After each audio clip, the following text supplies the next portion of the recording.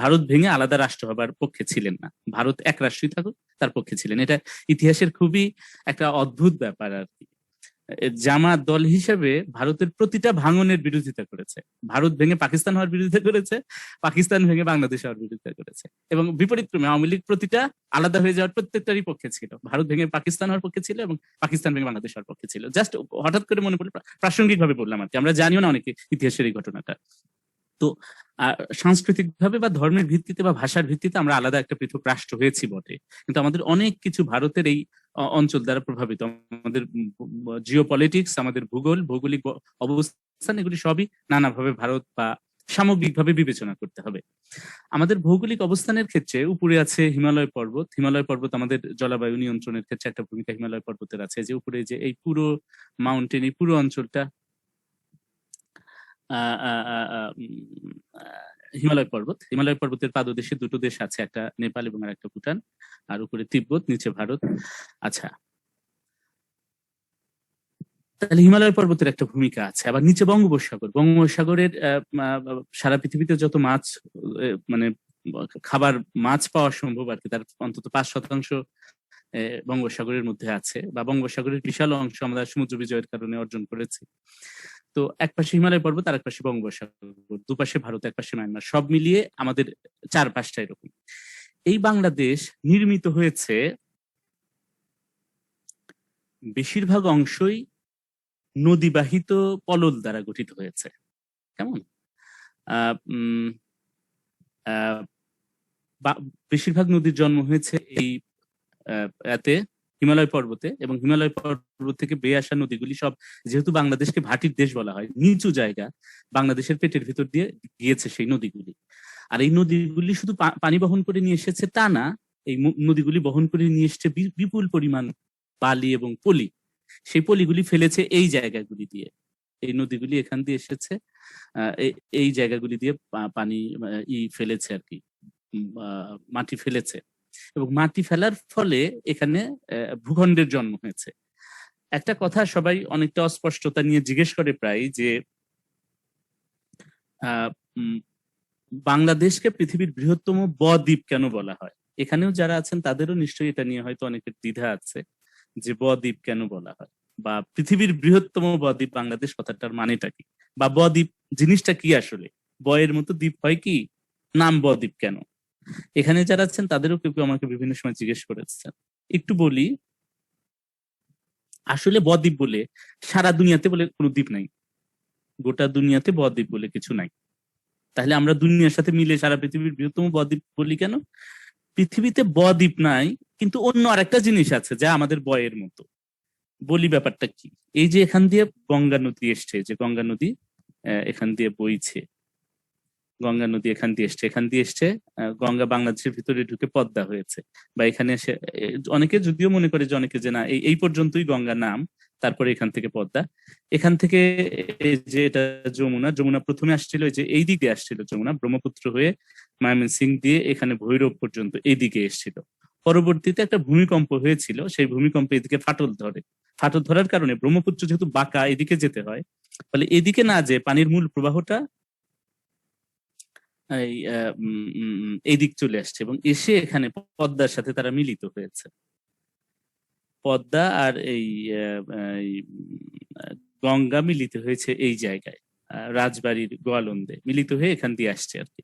তো এই যে প্রবাহটা এখান দিয়ে আসবার সময় দুই পাশে পানি পলি ফেলতে গিয়ে, যেমন ধরেন এই পাশেও পলি ফেলতে গিয়ে এ পাশেও পানি আসছে, পাশেও পানি আসছে, যে মাঝখানে যে ভূখণ্ড জন্ম হয়েছে, অনেকেই বলছে যে এখন থেকে 300-400 বা 1000 বছর আগে হয়তো এগুলি ছিলই না, এখানকার অনেকগুলি ছিল না, এই অঞ্চলও ছিল না, এই পলি পড়ে পড়ে এই অঞ্চলগুলির জন্ম হয়েছে এগুলি। তো জন্ম হইতে হইতে এগুলি স্থায়ী হয়ে গেছে, এই জন্য এগুলি মৃত্যু, আর এখনো এটা জন্ম প্রক্রিয়া এখানে অব্যাহত আছে, এই জন্য জীবিত। নাম বদ্বীপ কেন বলি, এটা ছবি এঁকে দেখাইতে পারলে সুবিধা হয়তো, কিন্তু এখানে ইনডিরেক্টলি বলা যায়, যতটুকু বোঝেন ততটুকু সুবিধা। মূলত বদ্বীপ বলে কিছু নাই, যখন মাটি পড়তে থাকে পানি থেকে এসে, পড়তে পড়তে মাটি জমা হইতে থাকে, জমা হওয়ার পর ওইখান দিয়ে পানি আর ঢুকতে পারে না, ফলে দুই পাশ দিয়ে যায়, যখন দুই পাশ দিয়ে যায় তখন ওই জায়গাটা গ্রিক এক একটা শব্দ ডেল্টা, অক্ষর শব্দ না তো, একটা অক্ষরে যে ডেল্টাটাই যে এরকম, গ্রিক অক্ষর ডেল্টায় যে এরকম, যারা ডেল্টা চেনেন যে এরকম আর কি, এরকম। তো এই জন্য আহ নদী বিধৌত যে পলিমাটি দিয়ে যে অঞ্চলটা, যে ভূখণ্ড গড়ে ওঠে তাকে ডেল্টা বলে। বেঙ্গল ডেল্টা, বাংলা যেটা বদ্বীপ বলি, এটা ইংরেজি লেখার সময় বদ্বীপ, আইল্যান্ড লেখে না, লেখে বেঙ্গল ডেল্টা। তো গ্রিক শব্দ ডেল্টা কিছুটা দেখতে বাংলা ব অক্ষরের মতো, মাত্রা ছাড়া ব অক্ষরের মতো। এই জন্য ডেল্টা আইল্যান্ডকে বা ডেল্টা ল্যান্ডকে বাংলায় বদ্বীপ বলে। তো বাংলাদেশের একটা উল্লেখযোগ্য অংশ এই নদী বাহিত পলি দ্বারা গঠিত হয়েছে, এই জন্য এগুলি নাম বাই ডিফল্ট বদ্বীপ, ডেল্টা আসলে ইংরেজিতে। তো এর মধ্যে যশোরের এই অঞ্চলটা আছে মৃদু, এরা এখন, কারণ এখানে আর পানি প্রবাহ নাই, এখানে এই পদ্মার ফারাক্কা বাঁধের কারণে এখন আর এখান থেকে যে কপোতাক্ষ নদ ছিল বা অন্যান্য যে নদীগুলি ছিল সেগুলি মরে গেছে, ফলে এখানে আর নতুন করে বদ্বীপ হচ্ছে না, ফলে এটাকে যশোর এই অঞ্চলটাকে মৃদু বদ্বীপ অঞ্চল বলে। এই অঞ্চলে এখনো পানি প্রবাহ আছে এবং নতুন নতুন দ্বীপের জন্ম হওয়ার সম্ভাবনা এখনো আছে। এখনো এখানে যেমন অনেক কিছু হয়তো আগে ছিল না, গত 300-400 বছরে তৈরি হয়েছে। আমি এই অঞ্চলে গিয়েছি, এখানে অনেক ছোট ছোট দ্বীপ তৈরি হচ্ছে ক্রমশ। এবং ভারত যদি না দিত, ভারত যদি কি বলে এটাকে, নদীর তীর সামনে যদি বাঁধ না দিত, তাইলে আমাদের এই নদীর প্রবাহ, পানির প্রবাহটা অব্যাহত থাকতো এবং আমাদের অনেক এই বদ্বীপটা আরো তৈরি হতে থাকতো আর কি, বাংলাদেশের সীমানা বাড়তো। এখন যেমন আপনারা মুখস্থ করেন বাংলাদেশের আয়তন 1,47,570 বর্গ কিলোমিটার। অবশ্যই এটা বলার সাথে সাথে আপনারা কেউ কেউ পরে চান্স পাবেন যে হ্যাঁ না, স্যারের তো একটা কি ভুল ইনফরমেশন পাওয়া গেছে আর কি। আপনারা ছোট একটু জিনিস যদি ভিন্ন রকম জানেন, সেইটা চুপ থাকার ধৈর্যটা রাখতে পারেন না। বাংলাদেশের আয়তন 1,47,570, সাথে সাথে নিশ্চয়ই কেউ কেউ বলবেন স্যার না না আমাদের তো সমুদ্র সীমা বেড়েছে, তাইলে কি হবে আয়তন? এখনো সমুদ্র সীমা আয়তন বাড়লে সেগুলি গেজেটেড হয়নি, কেমন এখনো অফিসিয়ালি 1,47,570ই আমরা সব জায়গায় দেখি, যখন প্রকাশিত হয় তখন আমরা জানবো।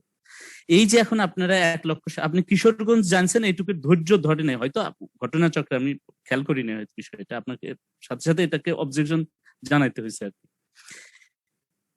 অনেক ফ্লোটা নষ্ট হয়ে যায় কথার মাঝখানে, অপ্রয়োজনীয় কথা বললে। আপনি পরে বলেন আর কি, শুনি তো, অসুবিধা নাই কিছু। এই যে আমাদের 1,47,570 বর্গ কিলোমিটার, এখন ছোট্ট একটু যদি জানেন সেটা ধৈর্য ধরে অপেক্ষা করতে পারেন না কেন? ছোট লক্ষ লক্ষ ইনফরমেশনের মধ্যে এক ফোঁটা ইনফরমেশনের মতো একটা কিছু জানলে। আমাদের এই যে এখন আয়তন করি 1,47,570 বর্গ কিলোমিটার, এই আয়তনটা আমরা এখন মুখস্থ করি, এটা আমাদের ইতিহাস না। আমরা ছোটবেলায়ও মুখস্থ করতাম বাংলাদেশের মোট আয়তন 1,44,000 বর্গ কিলোমিটার, সেই সীমানাটা বেড়েছে 1,47,570 বর্গ কিলোমিটার। এবং আমাদের সমুদ্র সীমা বেড়েছে তো বটেই, আমাদের যদি এই নদীগুলির পানি প্রবাহ ঠিক থাকতো, তাহলে বাংলাদেশের এই এলাকাগুলি আরো ভরাট হয়ে যেত, এই এলাকাগুলি ভরাট হয়ে যেত এবং বাংলাদেশের আয়তন বাড়তেই থাকতো, দীর্ঘদিন ধরেই বাড়তে থাকতো আর কি। দ্বীপগুলি হতো এবং দ্বীপগুলি বাসযোগ্য দ্বীপে পরিণত হইতো। এখানে অনেক দ্বীপ আছে, চরমনপুরা চর, কুকরি মুকরি, ঢাল চর, এসব চর আছে। তো যেটা বলতেছি সেটা হচ্ছে যে বাংলাদেশের ভূ রাজনীতি নিয়ে একটা বই লিখছে, বাংলাদেশের ভূ রাজনীতি, বইটার নাম খুবই গুরুত্বপূর্ণ বই। এটা লিখেছেন ঢাকা বিশ্ববিদ্যালয়ের ভূগোল ডিপার্টমেন্টের চেয়ারম্যান ছিলেন প্রফেসর ডক্টর আব্দুর রব। বইটার নামই বাংলাদেশের ভূ রাজনীতি। এই বইটাতে তিনি বলেছেন যে ভারত যদি একতরফা পানি প্রত্যাহার না করতো, বাংলাদেশের আয়তন বাড়তে থাকতো আর কি। তো এখন যে আছে বাংলাদেশের আয়তন, সে আয়তনও ক্রমশ বাড়তে থাকবে হয়তো, যদিও বৃদ্ধি পাওয়ার হারটা কমে গেছে। এবং পুনর্বার বলছি, আমাদের যে আয়তন আপনি মুখস্থ করেন 1,47,570 বর্গ কিলোমিটার, এটাই আজীবনের আয়তন না, এখন থেকে 500 বছর আগেও হয়তো এই আয়তন ছিল না, এর চেয়ে অনেক কম এই অঞ্চলে। তখন তো বাংলাদেশ আলাদা করে ছিলই না, বাংলাদেশ তো আর দেশ আলাদা ছিল না, এখন থেকে 70-75 বছর আগেও বাংলাদেশ নামক আলাদা কোনো দেশ ছিল না। কিন্তু সামগ্রিকভাবে ভারতের আয়তন এই অংশটাকে বাদ দিয়েই হয়তো হইতো, এখন ধীরে ধীরে আয়তন বেড়েছে আমাদের। এই যে বাংলাদেশের ভূখণ্ডটা 1,47,570 বর্গ কিলোমিটার, এই ভূখণ্ডটার ভূ প্রকৃতি অনুযায়ী এটাকে ভাগ করা হয়েছে 3 ভাগে। তাহলে লিখেছেন ভূ প্রকৃতি অনুযায়ী বাংলাদেশকে ভাগ করা হয়েছে 3 ভাগে। কি কি? 1 নাম্বার লিখেন টারশিয়ারি যুগের পাহাড় সমূহ,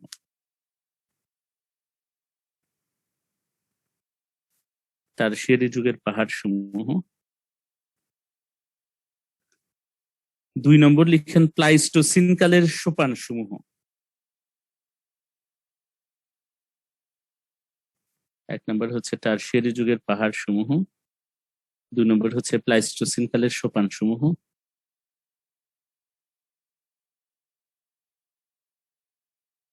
এবং 3 নম্বর হচ্ছে সাম্প্রতিক কালের প্লাবন সমূহ।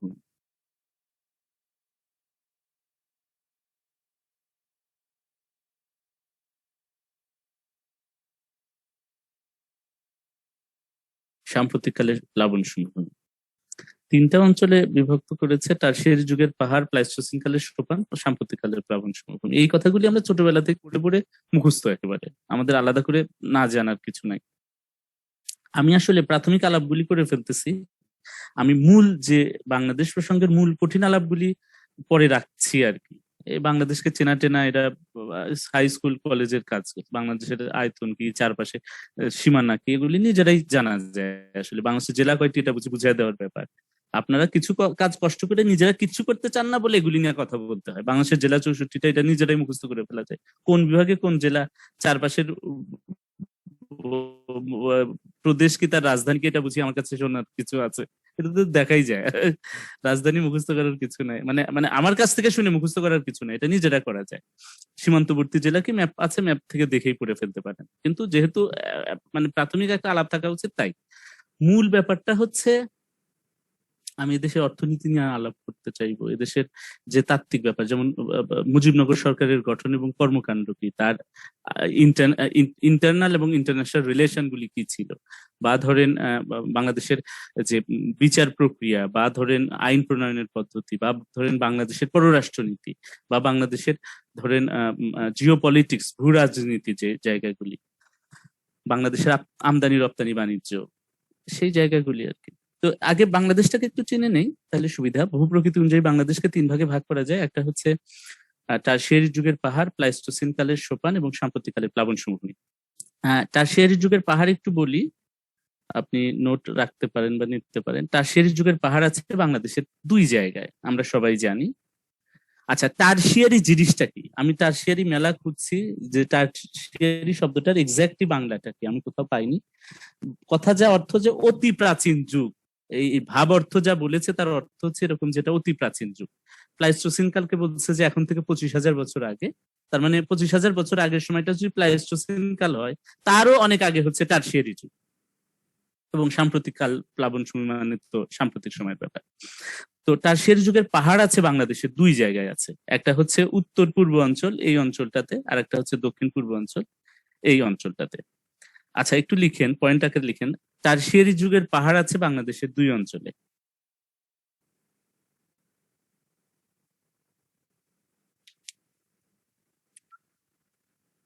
টারশিয়ারি যুগের পাহাড় আছে বাংলাদেশের 2 অঞ্চলে। এক, উত্তর পূর্ব অঞ্চল বা উত্তর পূর্ব অঞ্চলের সিলেট বিভাগের সিলেট, মৌলভীবাজার, হবিগঞ্জ, সুনামগঞ্জ এলাকায়।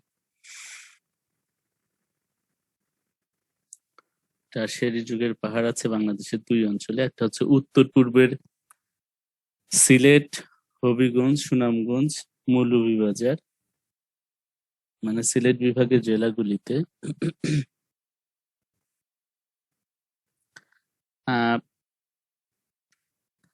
এই পাহাড়গুলি উচ্চতায় কম। এই পাহাড়গুলির গড় উচ্চতা কোথাও কোথাও 60 থেকে 90, কোথাও কোথাও 40 থেকে 60 মিটার। লিখেন 60 থেকে 90 মিটার। এখানে যারা গেছেন, তারা সিলেটে গিয়েছেন, যারা দেখেছেন পাহাড় আছে যে অঞ্চলগুলিতে, পাহাড়গুলি খুব উঁচু পাহাড় নয়, আহ আহ, আহ, খুব উঁচু পাহাড় নয়, মাটি থেকে খুব বেশি উঁচু নয় আর কি। 60 থেকে 90 মিটার লম্বা। এবং এখানে এই পাহাড়ের গায়ে প্রচুর চা বা পাহাড়ের বেত, বাঁশ এগুলি আছে। এখানে সুনামগঞ্জে ছাতক টিলা আছে। তো বাংলাদেশের টারশিয়ারি যুগের পাহাড়কে 2 ভাগে ভাগ করা হয়েছে। একটা হচ্ছে উত্তর পূর্ব অঞ্চলের পাহাড়, সেই পাহাড়গুলি সিলেট বিভাগে অবস্থিত। পাহাড়গুলির গড় উচ্চতা 40 থেকে 60 ফুট।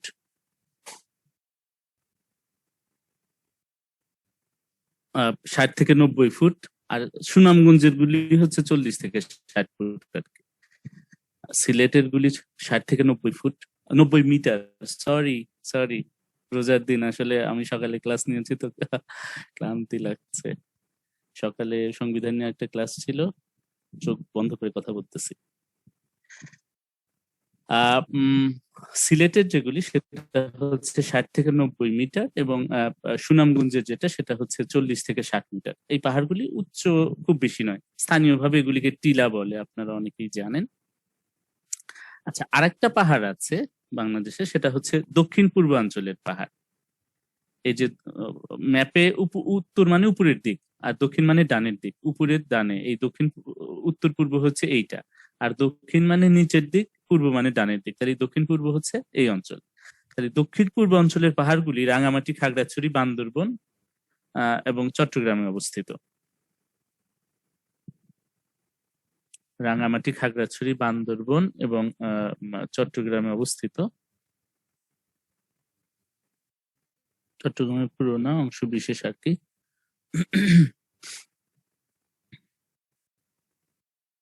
আচ্ছা, এই পাহাড়গুলির গড় উচ্চতা হচ্ছে 610 মিটার। এগুলি অনেক উঁচু আর কি। এগুলি তো 40 থেকে 60, আর সুনামগঞ্জে হচ্ছে 40 থেকে 60, আর সিলেটে হচ্ছে 60 থেকে 90, একটু উঁচু। আর এই পাহাড়গুলি যেটা রাঙামাটি, খাগড়াছড়ি, বান্দরবন এবং চট্টগ্রামের অংশ বিশেষ, এই পাহাড়গুলির উচ্চতা বেশি। যারা বেড়াতে গেছেন তারা দেখেছেন, যারা যাননি, যে নাহাররা বেড়ানোর আয়োজন করে, বারে বারে বলি, আমরা একবার সবাই মিলে রাঙামাটিতে না বান্দরবনে গিয়েছিলাম, এক বাস হইচই করতে করতে, এবং সেখানে জ্যোৎস্না আলোকিত রাতে পাহাড় ও ভিসার আর কি, সবাই মিলে গলা ছেড়ে গান গাওয়া, পাহাড়ের চূড়াগুলিতে ওঠা, আনন্দময় সময় কেটেছে সেখানে। তো যেটা বলতেছি সেটা হচ্ছে যে এই রাঙামাটি, খাগড়াছড়ি, বান্দরবন এই অঞ্চলে হচ্ছে পাহাড়গুলির গড় উচ্চতা একটু বেশি, 610 মিটার। যদিও সবচেয়ে উঁচু যেটা আবার বিজয় তাজিনডং মনে হয় এটার নাম, সেটার উচ্চতা হচ্ছে 1231 মিটার। এখানে লিখেন, বাংলাদেশের সর্বোচ্চ চূড়া হচ্ছে বিজয় তাজিনডং, এটার উচ্চতা 1231 মিটার। গড় উচ্চতা 610 মিটার, কিন্তু বিজয় তাজিনডং যেটা বান্দরবনে অবস্থিত, এটার উচ্চতা হচ্ছে 1231 মিটার। 1231 মিটার। ওকে, আচ্ছা। বেলে পাথর টাথর দিয়ে গঠিত। এখানেও প্রচুর বাঁশ, এবং এখানে জুম চাষ হয় আপনারা জানেন অনেকে, এবং এখানে বাঁশ চাষও জন্মে। এবং চট্টগ্রামের পাহাড়ের অঞ্চলগুলিতে প্রচুর বাঁশ হয়, সেজন্য চট্টগ্রামে একটা বাঁশের কি বলে কাগজ কল আছে, চন্দ্রঘোনা, যেখানকার প্রধান উপকরণ হচ্ছে বাঁশ। বাঁশ দিয়ে যে কর্ণফুলী পেপারমিন্ট তো চট্টগ্রামের চন্দ্রঘোনায়, সেখানে বাঁশ হচ্ছে প্রধান কাঁচামাল আর কি। পাহাড়ি অঞ্চলে প্রচুর বাঁশ জন্মে, সেটাও একটা কারণ। তাহলে টারশিয়ারি যুগের পাহাড় আছে বাংলাদেশে 2 অঞ্চলে। একটা হচ্ছে, এগুলি নিয়ে প্রচুর বাচ্চা কাচ্চার প্রাইমারি হাই স্কুলের ভূগোল বইয়ে দেখবেন যেগুলি নিয়ে অনেক বর্ণনা টর্ণনা আছে। একটা হচ্ছে বাংলাদেশের উত্তর পূর্ব অঞ্চলে, এইটা সিলেট বা তার পার্শ্ববর্তী অঞ্চল। আর একটা হচ্ছে দক্ষিণ পূর্ব অঞ্চলে, এই রাঙামাটি, খাগড়াছড়ি, বান্দরবন। এগুলি মাটি থেকে অনেক উঁচু, তার মধ্যে এরা হচ্ছে কম উঁচু, এদের স্থানীয় নাম টিলা। আর এটা অনেক বেশি উঁচু, এটা পাহাড়ি, 610 মিটার এদের গড় উচ্চতা, এবং বিজয় তাজিনডং তো 1231 মিটার। পাহাড়ি এলাকা বাংলাদেশের প্রধানত এই 2 জায়গায়। মোটা দাগে বাংলাদেশের ভূমি খুব আরামদায়ক, মানে বিশেষ করে কৃষির জন্য খুব ভালো। ভারত এত বড় দেশ, কিন্তু কৃষির জন্য অনেক ভূখণ্ডই নাই, কিন্তু তাদের বিশাল এলাকা জুড়ে আছে পাহাড়, বিশাল এলাকা জুড়ে মরুভূমি আছে। থর, যেমন এই যে এই মরুভূমিটা দেখছেন, এটা থর মরুভূমি। থর মরুভূমি রাজস্থানের পুরোটাই, ভারতের এই প্রদেশটা হচ্ছে রাজস্থান, রাজস্থানের পুরোটাই থর আর কি, থর মরুভূমি ছাওয়া এবং এখানে শস্য ফলে না তো বোঝাই যায়। আমাদের এখানে এরকম মরুভূমি না, এবং এই অঞ্চলের মধ্যে দেখেন সবুজ ঘেরা, দেখলেই বোঝা যায় যে উপর থেকেও বোঝা যায় যে সবুজ শ্যামল আর কি। আচ্ছা, তাহলে তার শেষ যুগের পাহাড় বাংলাদেশের 2 জায়গায়। এরপরে লিখেন প্লাইস্টোসিন কালের সোপান সমূহ আছে বাংলাদেশের 3 এলাকায়। প্লাইস্টোসিন কালের সোপান সমূহ বাংলাদেশের 3 অঞ্চলে আছে।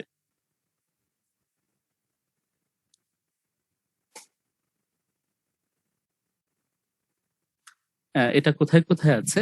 1 নম্বরে হচ্ছে বরেন্দ্র ভূমি। 1 নাম্বার লিখেন হচ্ছে বরেন্দ্র ভূমি, এটা রাজশাহী এলাকায়। রাজশাহীতে যারা গেছেন থাকেন তারা, বা বগুড়া এলাকায়ও যারা, তারা দেখবেন একটা বিশাল এলাকা জুড়ে মাটি অন্য এলাকার তুলনায় একটু উঁচু এবং লাল মাটি। যখন বৃষ্টি নামে এমন কাদা হয় যে এটা শুকায় গেলে খুব বেশি শক্ত হয়ে যায়, ফলে এই অঞ্চলে প্রচুর মাটির বাড়ির রেওয়াজ আছে দেখবেন। বগুড়া, তারপরে হচ্ছে রাজশাহী বা নওগাঁ বা দিনাজপুরেরও কোথাও কোথাও আছে, বা চাঁপাই নবাবগঞ্জ, এই অঞ্চলে প্রচুর মাটির বাড়ির রেওয়াজ আছে। মাটির বাড়ির রেওয়াজ আছে কেন? এই অঞ্চলের মাটিগুলি লাল এবং মানে ভিজে গেলে খুবই নরম, কিন্তু শুকিয়ে গেলে খুব বেশি শক্ত হয়ে যায় আর কি। বরেন্দ্রভূমি কোন এলাকাটাতে? রাজশাহী বা বগুড়া, নওগাঁ, এই পুরো অঞ্চলটা জুড়ে। এখানে মোট আয়তন কত? বরেন্দ্রভূমির আয়তন বাংলাদেশে 9,320 বর্গ কিলোমিটার এলাকা জুড়ে। বরেন্দ্রভূমি আছে 9,320 বর্গ কিলোমিটার এলাকা জুড়ে।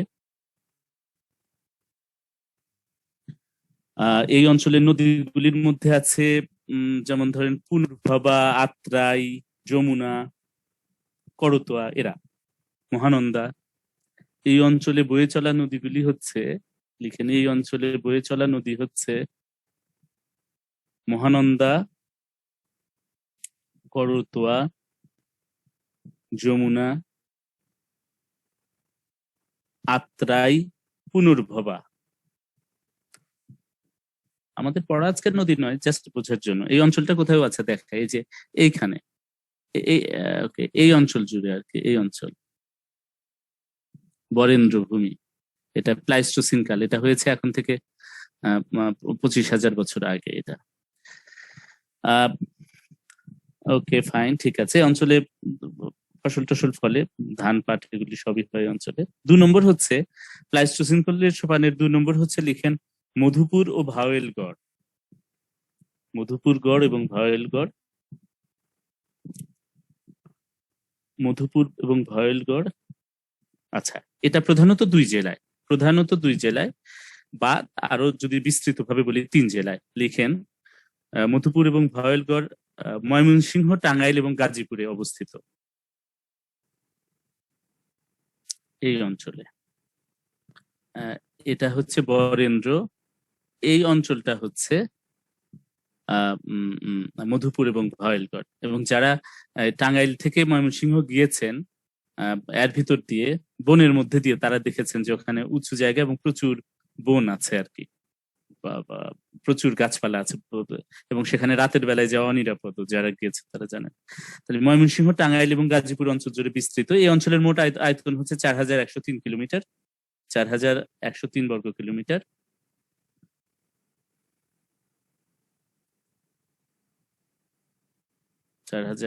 বর্গ কিলোমিটার।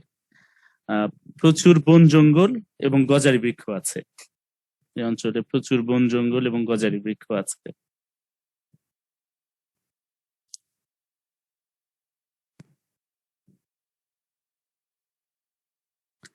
এখানে প্রচুর আনারস হয়, যারা মানে ওই এলাকার মানুষ জানেন প্রচুর আনারস হয়। তরমুজ টরমুজ হয়তো হয়, আনারস প্রচুর হয় চলে, এবং অন্যান্য সবজিও পাওয়া যায়, সবজির অঞ্চল এটা। আর প্লাইস্টোসিন কালের সোপানের 3য় ভাগ হচ্ছে লালমাই পাহাড়। লিখেন 3 নাম্বার হচ্ছে লালমাই পাহাড়, কুমিল্লাতে। এই যে কুমিল্লা, এই অঞ্চলে। কুমিল্লা শহর থেকে, লিখেন কুমিল্লা শহর থেকে 8 কিলোমিটার দক্ষিণে লালমাই থেকে ময়নামতি পর্যন্ত বিস্তৃত।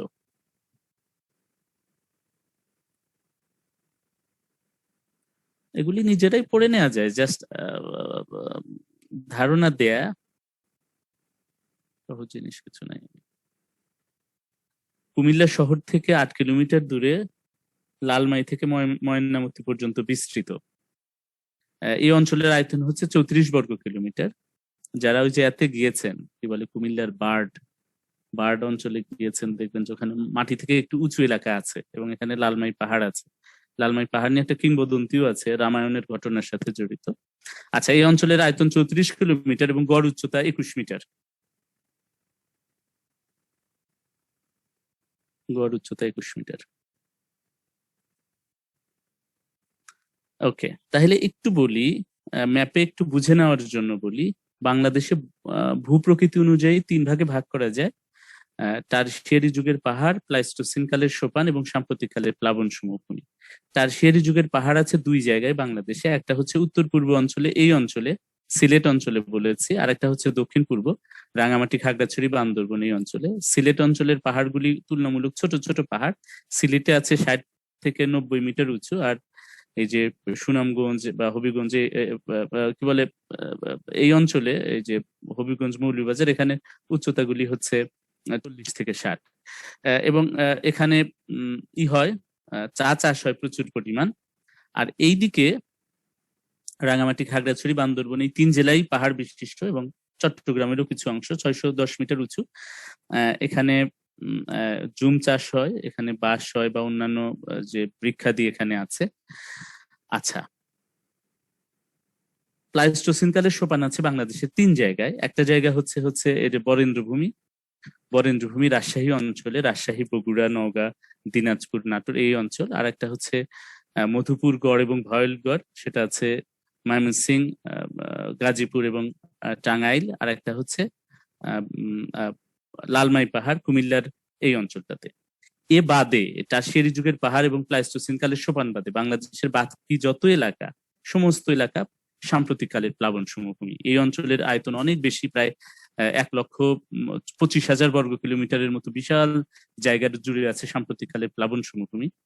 এই সাম্প্রতিক কালের প্লাবন সমভূমির একটা বড় অংশ গঠিত হয়েছে নদী বিধৌত পলি দ্বারা, এবং সেটা এই অঞ্চলটা অনেক উঁচু, এই অঞ্চলটা একটু নিচু।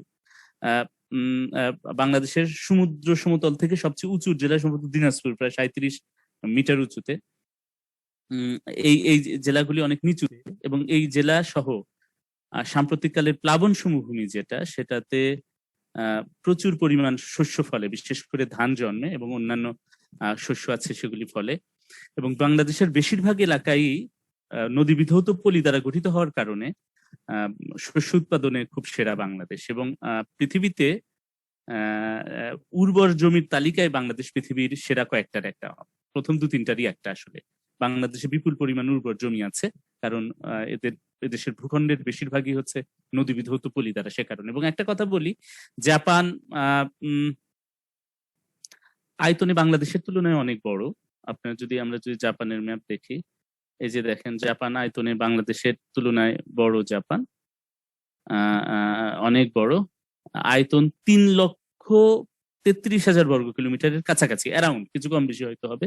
3,30,000 বর্গ কিলোমিটারের উপরে, আমাদের 1,40,000, তাদের 3,30,000 বর্গ কিলোমিটারের উপরে। তার মানে হইল আমাদের ডাবলেরও বেশি। মুশকিল হইল তাদের আয়তন 3,30,000 বর্গ কিলোমিটার বা তারও বেশি, কিন্তু তাদের বাসযোগ্য জমি জাপানের মাত্র 76,000 বর্গ কিলোমিটার, আমাদের চেয়ে অনেক কম। আমাদের বাসযোগ্য জমি 1,30,000 বর্গ কিলোমিটারের উপরে বাসযোগ্য জমি, পাহাড়গুলি যদি বাদ দেওয়া হয়। পাহাড়গুলি বাংলাদেশের মোট আয়তনের 10 ভাগের 1 ভাগ। জাপানের বাসযোগ্য জমি মাত্র 76,000 বর্গ কিলোমিটার, মোট আয়তন 3,30,000 বর্গ কিলোমিটার হওয়া সত্ত্বেও। কেন? বাকি অঞ্চলগুলি কি? বাকি অঞ্চলগুলি হচ্ছে তাদের প্রচুর ভূমিকম্প হয়, কি বলে, আগ্নেয়গিরি অগ্নুৎপাতের ফলে চারপাশ কিছুটা টিলার মতো তৈরি হয়ে আছে, এবং সেগুলি বাসযোগ্য জায়গা। আর আরেকটা হচ্ছে পাহাড় এবং আগ্নেয়গিরি, এই জায়গাগুলি দেশের সিংহভাগ জায়গা দখল করে রেখেছে।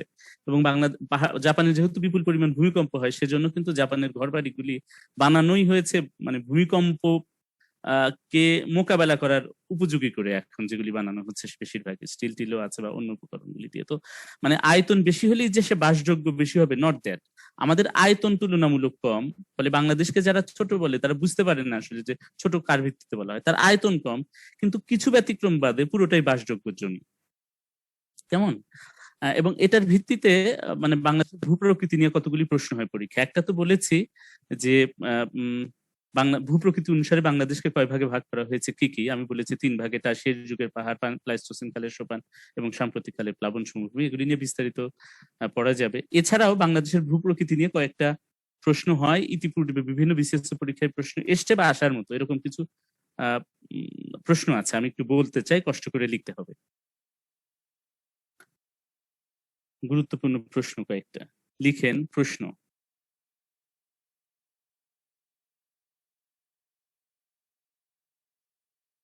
লিখেন, বাংলাদেশের ভৌগোলিক অবস্থান এবং এর সুবিধাসমূহ বর্ণনা করুন। বাংলাদেশের ভৌগোলিক অবস্থান এবং এর সুবিধাসমূহ বর্ণনা করুন।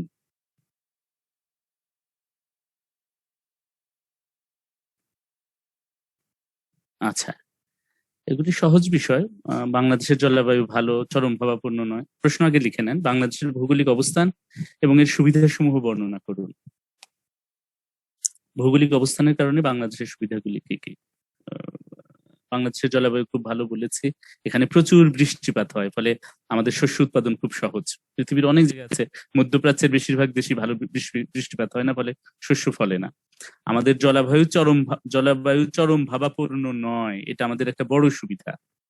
কেমন? পয়েন্ট লিখতে পারেন বা মাথায় রাখতে পারেন। জলবায়ু আমাদের জন্য সুবিধা, চরম ভাবাপন্ন নয়।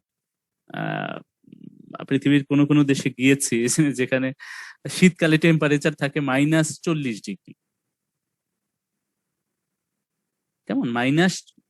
আমাদের যখন তীব্র শীত তখন আমাদের এখানে টেম্পারেচার থাকে ধরেন +5 ডিগ্রি, 6 ডিগ্রি, 7 ডিগ্রি। সবচেয়ে শীত হয়েছে এখানে যখন টেম্পারেচার হয়েছে +3 ডিগ্রি, তখন আমরা নাই হয়ে যেতেছি, গন্ডায় গন্ডায় মারা যেতেছি, তখন তাপমাত্রা হচ্ছে +3 ডিগ্রি। পৃথিবীতে অনেক দেশ আছে যেখানে তাপমাত্রা -10 ডিগ্রি, 15 ডিগ্রি হরহামেশা হয়। এবং আমি গিয়েছি এমন দেশে যেখানে -40 ডিগ্রি ছিল টেম্পারেচার কখনো। তাইলে পুরো জনজীবন একেবারে হয়ে যায়, স্থবির হয়ে যায়, চারপাশে বরফ পড়ে আচ্ছন্ন হয়ে যায়। আমাদের এরকম না। আবার যেখানে গরম পড়ে তীব্র গরম, যেমন মধ্যপ্রাচ্যের দেশগুলো 45 ডিগ্রি সেলসিয়াস তাপমাত্রা হয়ে যায়, মানে ত্বক পুড়িয়ে ছাই হয়ে যাওয়ার কথা। 45 ডিগ্রি সেলসিয়াস তাপমাত্রা, এখানে 32, 33, 34 ডিগ্রি হলে আমরা হাঁসফাঁস করতে থাকি। তাহলে আমাদের টেম্পারেচার ওই 8, 9, 10 থেকে 30, 35 পর্যন্ত এইটার মধ্যে ওঠানামা করে। খুব চরম না আমাদের, মানে জলবায়ু নয় এটা। একটা দারুণ অপরচুনিটি, খুবই সুবিধা। এবং এই চরম ভাবাপন্ন না হওয়ার পিছনে কারণটা কি, যে আমরা ভৌগোলিক ভাবেই অবস্থান করি এমন যেখান থেকে সূর্য অনেক দূরে বা খুব বেশি কাছে আসে না, মানে একটা মাঝামাঝি অবস্থায় থাকে। কোথাও কোথাও থেকে সূর্য এত দূরে চলে যায় যে তখন তাদের অবিরাম রাত হতে থাকে। যেমন ধরেন আমরা এখন রোজা রাখছি কত, 15 ঘন্টা, কিন্তু এই যে চিলির লোকেরা বা নিউজিল্যান্ডের লোকেরা রোজা রাখছে এখন ধরেন 10 ঘন্টা, 10 ঘন্টা, অ্যারাউন্ড 10 ঘন্টা রোজা রাখছে, কারণ তাদের রাত অনেক বড়, তীব্র বড় রাত। আবার এই সময় নরওয়ে, সুইডেনের লোকেরা সূর্য উঠতেছে হয়তো 4টার দিকে বা 5টার দিকে, 4টা, 4:30টার মধ্যে সূর্য উঠে যাচ্ছে, সূর্য ডুবে যাচ্ছে হয়তো 10টা, 11টার দিকে। আমি কোথাও কোথাও নিজে একেবারে সচক্ষে 10টার দিকে সূর্য ডুবতে দেখেছি। সূর্য 10টায় ডুববে, ইফতার 10টা 1 বা 2 এরকম আছে। তার মানে হচ্ছে যে ইফতার সেহরি খেতে হয়েছে রাত 2:30টায়, আর ইফতার হচ্ছে পরদিন 10টায়, সকাল 10টা না, পরে রাত 10টা যখন হবে তখন। তার মানে হচ্ছে 20 ঘন্টার কাছাকাছি দিন। তো এই যে তাদের আবহাওয়ার চরম ভাবাপন্নতা আছে, আমাদের আবহাওয়ার চরম ভাবাপন্নতা নাই, এটা একটা আমাদের জন্য বড় সুবিধা। 2 নম্বর হচ্ছে আমাদের মাটি উর্বর।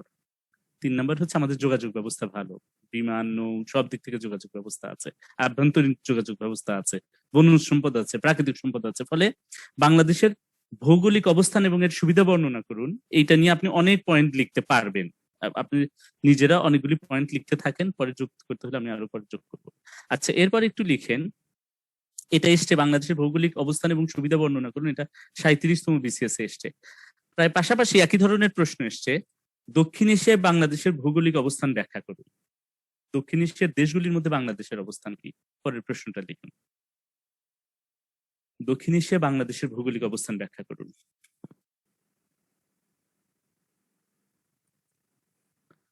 দক্ষিণ এশিয়া বাংলাদেশের ভৌগোলিক অবস্থান ব্যাখ্যা করুন।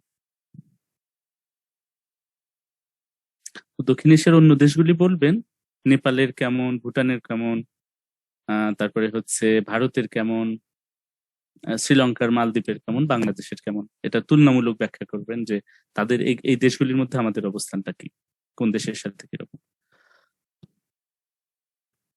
এরপরে একটু লিখেন, এটাও এসছে 35তম BCS এসছে। আচ্ছা, এরপরে একটা লিখেন যে অর্থনৈতিক কার্যাবলী এবং মানুষের জীবনধারায় বাংলাদেশের ভূপ্রকৃতির প্রভাব আলোচনা করুন। অর্থনৈতিক কার্যাবলী এবং মানুষের জীবনধারায় বাংলাদেশের ভূপ্রকৃতির প্রভাব আলোচনা করুন।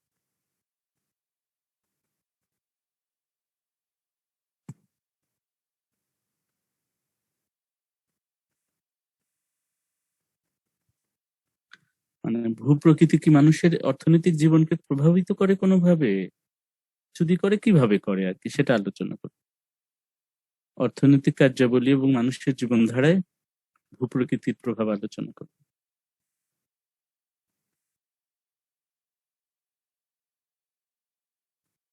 এরপরে লিখেন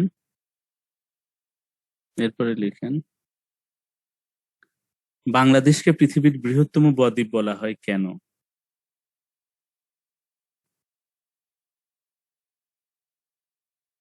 বর্ণনা করুন।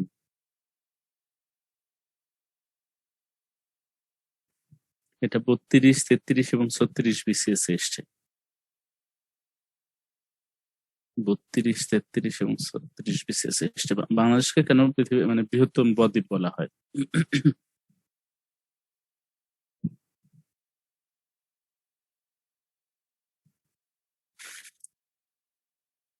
এরপরে লিখেন বাংলাদেশের সীমান্তে ভারতের কয়টি রাজ্য আছে?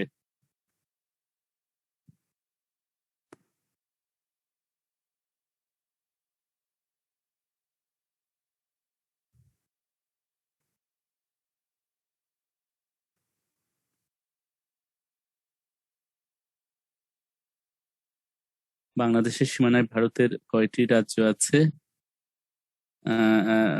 তাদের অবস্থান বর্ণনা করুন।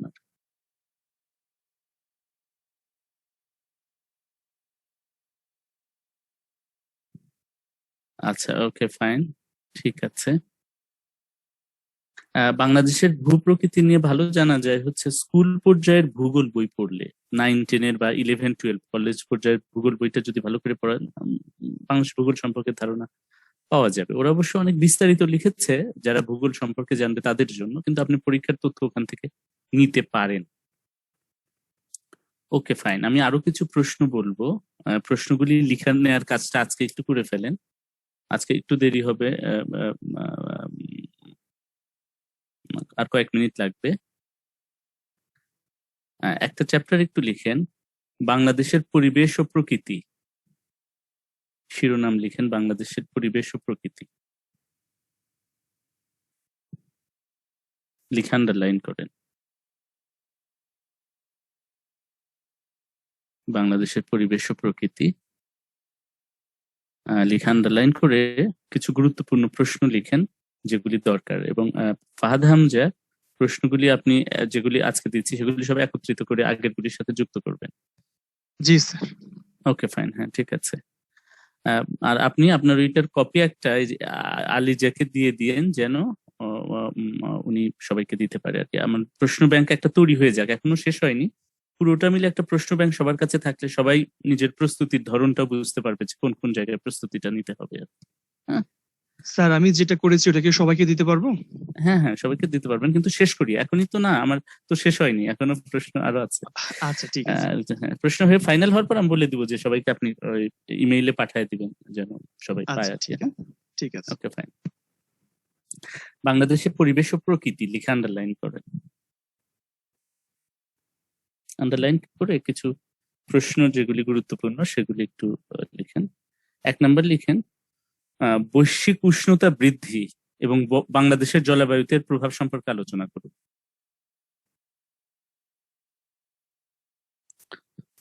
বৈশ্বিক উষ্ণতা বৃদ্ধি, গ্লোবাল ওয়ার্মিং যেটা ইংরেজিতে বলে, এটা বাংলায় বলে বৈশ্বিক উষ্ণতা বৃদ্ধি। বৈশ্বিক উষ্ণতা বৃদ্ধি এবং বাংলাদেশে তার প্রভাব আলোচনা করুন। এটা আমি একটা দরকারি প্রসঙ্গ মনে করি, কারণ হচ্ছে যে বাংলাদেশ যতগুলি দেশ গ্লোবাল ওয়ার্মিং দ্বারা সবচেয়ে বেশি সিভিয়ারলি আক্রান্ত হবে, বাংলাদেশ তার অন্যতম। এবং বাংলাদেশকে এটা নিয়ে ভাবার প্রয়োজন আছে। আমরা গতকালকে আলাপ করছিলাম যে 40টা দেশের প্রধানকে আহ্বান করেছে এই যে আমেরিকার বর্তমান প্রেসিডেন্ট জো বাইডেন। এটা মানে লিডার সামিট আর কি, পৃথিবীর সেরা, তাদের বিবেচনায় সবচেয়ে গুরুত্বপূর্ণ রাষ্ট্রনায়ক যারা এই জলবায়ু ইস্যুতে যাদের সাথে কথা বলা দরকার, এরকম 40 জনকে আহ্বান করেছেন জো বাইডেন। আগামী 22-23 এপ্রিল এই সম্মেলনটা অনুষ্ঠিত হতে যাচ্ছে ভার্চুয়ালি, এবং বাংলাদেশের মাননীয় প্রধানমন্ত্রী তাতে ইনভাইটেড হয়েছেন এবং আমন্ত্রণ জানাতে এসেছিলেন জন কেরি, আমেরিকার রাষ্ট্রপতির জলবায়ু বিষয়ক উপদেষ্টা জন কেরি এসেছিলেন আমন্ত্রণ জানাবার জন্য, গত 9 এপ্রিল এসেছিলেন। এবং সেখানে চায়না, রাশিয়াও আমন্ত্রিত হয়েছে, পৃথিবীর আরো অনেক দেশ আমন্ত্রিত হয়েছে, ওই তালিকায় আমরাও আছি। তো এই যে জলবায়ু বৈশ্বিক উষ্ণায়নের ফলে আমাদের বাংলাদেশে এটার প্রভাব কি পড়বে, এটা গুরুত্বপূর্ণ। এটা মোট 4বার বিসিএস এসছে, 30, 32, 35 এবং 37, এই 4টা বিসিএস এটা এসছে যে বৈশ্বিক উষ্ণায়নে বাংলাদেশের উপরে কি প্রভাব পড়বে বাংলাদেশের জলবায়ুতে। ফলে এটা আমি গুরুত্বপূর্ণ মনে করছি। আচ্ছা, এটা 1। 2 নম্বর লিখেন, জলবায়ু পরিবর্তনের ক্ষতি মোকাবেলায় বাংলাদেশের গৃহীত পদক্ষেপ সমূহ কি কি? জলবায়ু পরিবর্তনের ক্ষতি মোকাবেলায় বাংলাদেশের গৃহীত পদক্ষেপ সমূহ কি কি? আচ্ছা, এর মধ্যে আপনাদের বলি যে যে জিনিসগুলি নিজেই বোঝা যায় সে জিনিস কষ্ট করে নিজে পড়ে ফেলবেন। আমি কঠিন তুলনামূলক কঠিন বিষয়গুলি নিয়ে আলাপ করব, আলাদা আলাদা করে প্রত্যেকটা নোট করে দিতে। যেমন ভূপ্রকৃতি, এটা নিয়ে বলতে চাইনি, কিন্তু এটা যেহেতু শুরু, বাংলাদেশকে একটু চেনা উচিত। বাংলাদেশের চারপাশের জেলা কোনটা আছে এটা বলা আমার কাম না, এটা নিজেরাই দেখা যায়, ম্যাপে দেওয়া আছে তা। কিন্তু তারপরে দেখলাম যে ওকে ফাইন, একটা একটু হালকা আলাপ হলো আর কি। যে জিনিসগুলি নিজে বোঝা যায় সেগুলি একটু নিজে বুঝবেন, নইলে 100-150 প্রশ্ন, এটা অন্তত 2 বছর লাগবে পড়তে, আপনার পরীক্ষা 3 বার শেষ হবে ততদিনে। গৌণ জিনিসগুলি নিজে পড়ে নিবেন, যে জিনিসগুলি অধিকতর শক্তিশালী, কঠিন বা তাত্ত্বিক আলোচনার প্রয়োজন, সেগুলি আমার সাথে আলাপ হবে, অসুবিধা। আমি সবগুলি নিয়ে আলাপ করতে পছন্দ করব, কিন্তু ফেলে রাখবেন না আর কি, কিছু কাজ নিজে করবেন, তাহলে সুবিধা হয়। আচ্ছা, জলবায়ু পরিবর্তনের ক্ষতি মোকাবেলায় বাংলাদেশ সরকারের গৃহীত পদক্ষেপ সমূহ কি কি? এটা 30 বিসিএস এসছে, 32 বিসিএস এসছে, 37 বিসিএস এসছে। আচ্ছা, এরপরে একটু লিখেন, দুর্যোগ ব্যবস্থাপনা প্রশমনে কি কি ব্যবস্থা নেওয়া যেতে পারে? দুর্যোগ ব্যবস্থা প্রশমনে কি কি ব্যবস্থা নেওয়া যেতে পারে? 28তম বিসিএস এসেছিল প্রশ্নটা। দুর্যোগ ব্যবস্থাপনা মানে হলো যে যেমন জলোচ্ছ্বাস আসলো, ঘূর্ণিঝড়, আইলা, বন্যা, ভূমিকম্প, এইসব ব্যবস্থাপনার ক্ষেত্রে বাংলাদেশ সরকার বা রাষ্ট্রীয়ভাবে কি কি ব্যবস্থা নিতে পারে আর কি। দুর্যোগ ব্যবস্থাপনা প্রশমনে কি কি ব্যবস্থা নেওয়া যেতে পারে? আচ্ছা, ওকে, ফাইন। এরপর একটু লিখেন, বাংলাদেশের নদী দূষণের প্রধান কারণ কি কি? বাংলাদেশের নদী দূষণের প্রধান কারণ কি কি?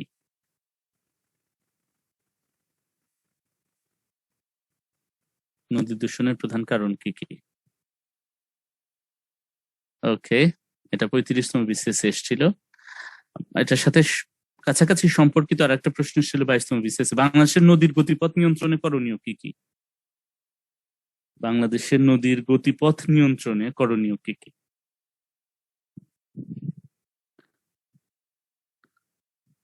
বাংলাদেশের নদীর গতিপথ নিয়ন্ত্রণে করণীয় কি কি? আচ্ছা, এই নদীর সাথে রিলেটেড বন্যা নিয়ন্ত্রণও অনেকখানি নদীর সাথে রিলেটেড, এবং এখান থেকেও এসছে প্রশ্ন। একটা প্রশ্ন এসেছিল, লিখেন, বাংলাদেশে বন্যা সমস্যা ও এর সমাধান সম্পর্কে আলোচনা করুন। 2বার এসছে বন্যা নিয়ে। বাংলাদেশের বন্যা সমস্যা ও এর সমাধান নিয়ে আলোচনা করুন। বাংলাদেশে বন্যা সমস্যা ও এর সমাধান নিয়ে আলোচনা করুন।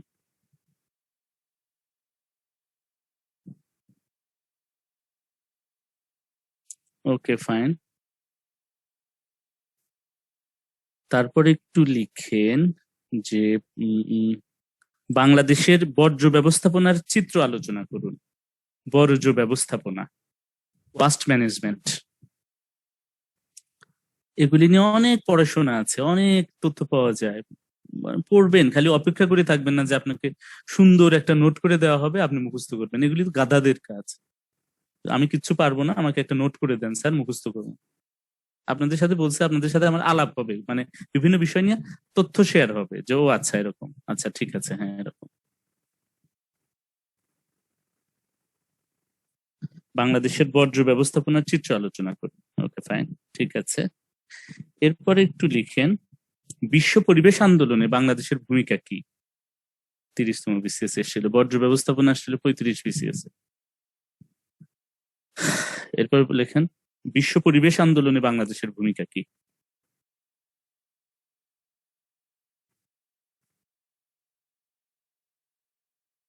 বিশ্ব পরিবেশ আন্দোলন